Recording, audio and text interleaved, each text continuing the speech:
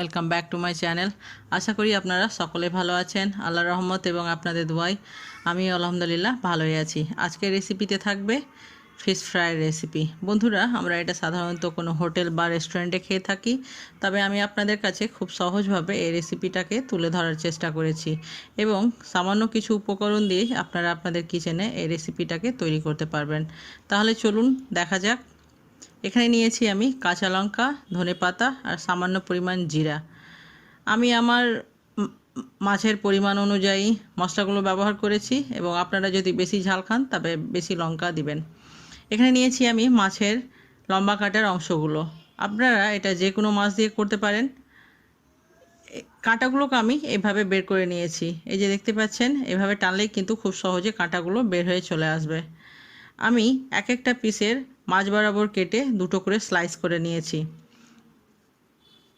এখানে আমার 6টা পিস আছে। দিয়ে দিব বেটে রাখা মশলাটা, তারপরে দিয়ে দিব গরম মশলা, পেঁয়াজ বাটা, আদা রসুন বাটা, গোলমরিচ গুঁড়ো, স্বাদমতো লবণ।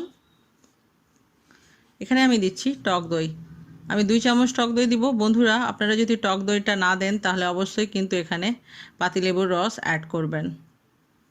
সমস্ত কিছুকে আমি ভালোভাবে মিশিয়ে নিব। আমি আমার মাছের পরিমাণ অনুযায়ী সমস্ত মশলা ব্যবহার করেছি। আপনাদের মাছের পরিমাণ যদি কম বা বেশি হয় তবে আপনারা মশলাটা কম বা বেশি অ্যাড করবেন। সমস্ত কিছু ভালোভাবে মাখানো হয়ে গেলে আমি এটাকে রেস্টে রেখে দিব প্রায় 1 ঘন্টার জন্য। এবার আমি একটা ডিমকে এখানে ভেঙে নিব। তারপরে দিয়ে দিব সামান্য গোলমরিচ এবং একটু লবণ। এবার আমি ডিমের সঙ্গে গোলমরিচ এবং লবণটাকে ভালোভাবে ফেটিয়ে নিব। এবার আমি 1 ঘন্টা পরে ফিরে এলাম। আবার মাছটাকে এবার আমি ভালোভাবে নেড়ে নিব।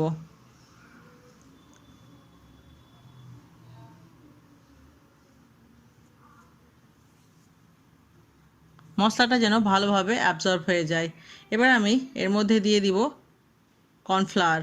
কর্নফ্লাওয়ার না থাকলে আপনারা এখানে ময়দা অ্যাড করতে পারেন।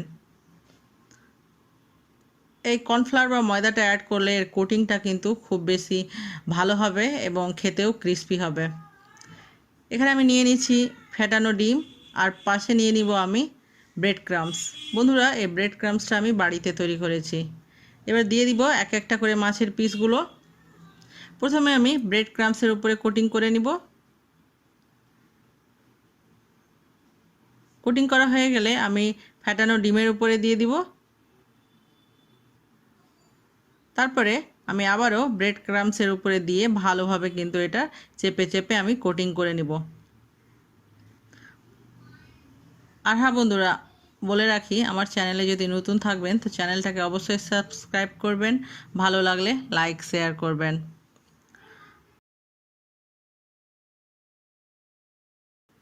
চেপে চেপে আমি আঙ্গুল দিয়ে চেপে চেপে এইভাবে আমি মাছটার কোটিং করে নিব।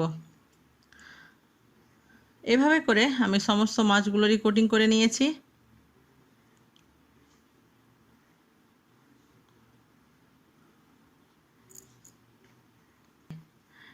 এবার কড়াই গরম হয়ে গেছে, দিয়ে দিব পর্যাপ্ত পরিমাণে সাদা তেল, কারণ এটা ডিপ ফ্রাই করতে হবে। অল্প তেল দিয়ে ভাজলে কিন্তু ভালো হবে না।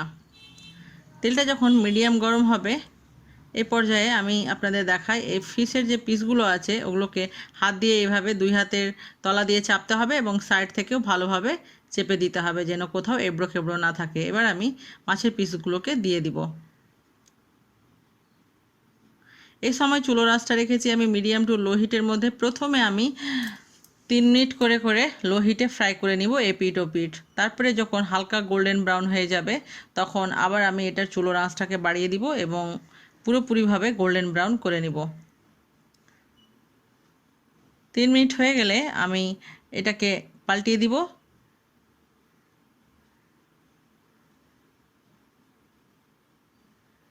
আবার আমি অপর পিঠটাকে 3 মিনিটের মতো ভেজে নিব।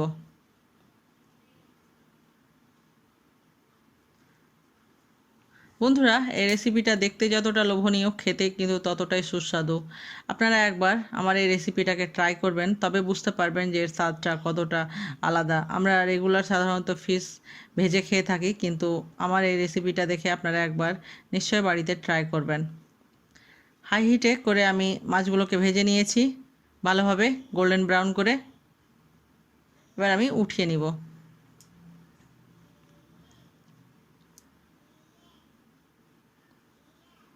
এভাবে করে আমি সমস্ত মাছগুলোকে ভেজে নিয়েছি।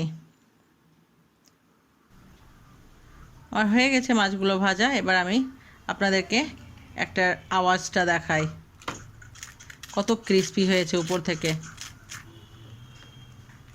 এবং কেটেও দেখাই যে কতটা ভিতর থেকে জুসি আছে। দেখতে পাচ্ছেন আমার এই রেসিপি আপনাদেরকে কেমন লাগলো অবশ্যই আমাকে কমেন্ট করে জানাতে ভুলবেন না। ভালো খান এবং সুস্থ থাকুন। আপনাদের দোয়ায় আমাকে মনে রাখতে ভুলবেন না। আমি কিন্তু লোভ সামলাতে পারলাম না বন্ধুরা, দেখতে পাচ্ছেন আমি খেয়ে ফেললাম। এটা কিন্তু টমেটো সস বা ধনেপাতার চাটনি দিয়ে খুব জমে যাবে। আবারও দেখা হবে নতুন কোনো একটা রেসিপির সঙ্গে। আল্লাহ হাফেজ।